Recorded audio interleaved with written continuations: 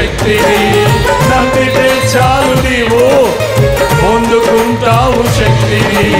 యేసయ్య నామములో శక్తి ఉన్నదయ్యా, శ్రీ యేసయ్య నామములో శక్తి ఉన్నదయ్యా. మీ హృదయం ఈరోజు దేవుని ముందు ఎలా ఉంది? నీ పై రూపాన్ని, పై భక్తిని, మాటల భక్తిని, పెదవుల భక్తిని కాకుండా నీ హృదయాన్ని చూస్తున్నాడు. కాబట్టి విరిగి నలిగిన హృదయం గలవారంటే ఆయనకి ఇష్టం.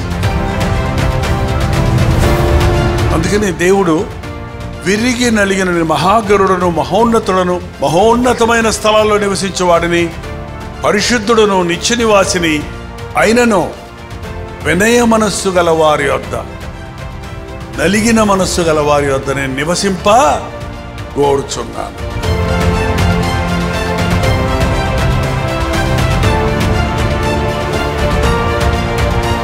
దేవుడు మీ జీవితాల్లో గత కాలంలో వెనకబడిన వాటన్నిటినీ డబుల్గా మీరు సాధించినట్లు దేవుడు మీకు తోడై ఉండును గాక.